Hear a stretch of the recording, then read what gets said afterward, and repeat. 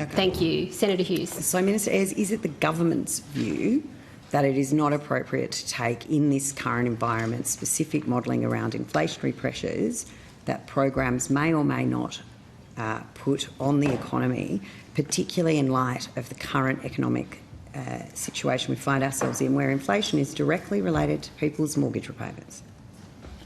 I'm just astonished that you persist with this argument. Well, I'm asking, is it your view that inflation modelling shouldn't be undertaken? I'm also astonished that you just continue to interrupt witnesses' evidence as a matter of sort of involuntary or not routine. I am astonished that you persist with this argument. It is demonstrably untrue. And even at a stretch, I've just had a chance, thank you for tabling this argument, even at a stretch, the article which reports on the report, so you haven't provided the report, but the article which reports on the report doesn't say what you said it says. It talks about judiciously using these funds. Now, it is self-evidently true that investments in productivity, in technology, in automation, in resource optimisation, in industrial capability are not only necessary because of the position that the Australian economy finds itself in after a decade of deindustrialisation. Just a decade, was it? But they are also demonstrably not inflationary, and nobody serious prosecutes that argument. Well, moving away from inflation, has any modelling been done on the National Reconstruction Fund that this program is likely to increase productivity? So the intention of the National Reconstruction Fund is to diversify and transform Australia's industry, to provide funding for enterprises to do that. It will provide capital through loans, equity or guarantees, as set out in the legislation. All of that goes to increasing the opportunities for Australian business. The precise outcomes for the NRF we will see.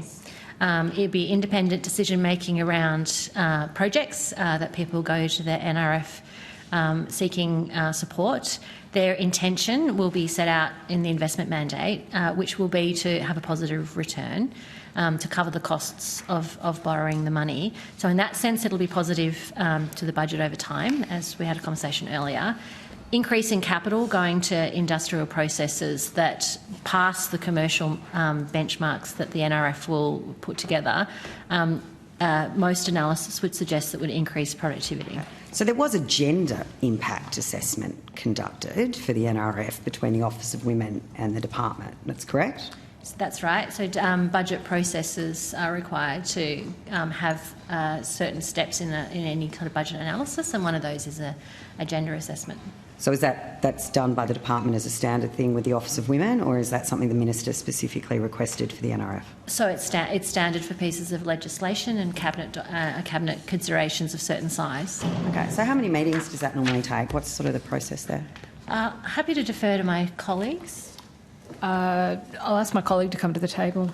Rebecca Mannon, General Manager, NRF Strategy Branch. Sorry, Senator, can you repeat your question? I'm interested with regards to the gender impact assessment. How many meetings occurred with the Office of Women? What was the process that was undertaken with regards to the gender impact of the NRF? Yeah.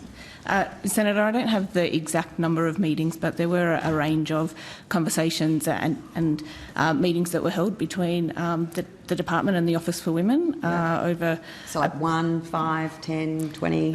I'd have to take the exact number on notice, but it was, it was several over a period of time during the policy development process. Okay.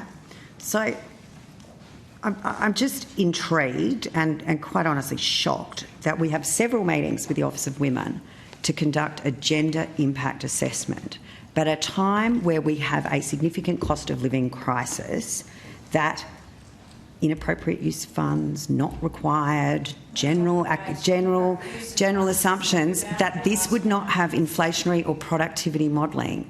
I mean, it is.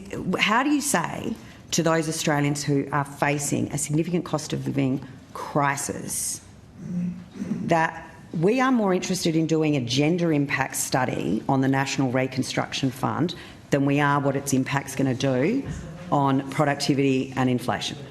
So I might just step back and talk about the process for advising on that. Pardon, I can't hear the answer. Ms Quinn, you have the call. So step back and talk about the process for advising on the NRF. There's a very distinct role for different types of analysis on different types of policy processes. We did provide advice on the economic implications of the National Reconstruction Fund through a cabinet process. We provide analysis on all programs in terms of the economic implications when our ministers take things through cabinet. They are assessed as well through that cabinet process in terms of inputs from our colleagues across the system. International look at it from an international perspective. The Department of Treasury looks at it from a perspective. All of that analysis was done with the National Reconstruction Fund. You've asked a very specific question about very specific modelling. I have presumed, and so my presumption might have been incorrect, that you were asking about general equilibrium modelling or macroeconomic implications modelling, but perhaps my presumption has been incorrect.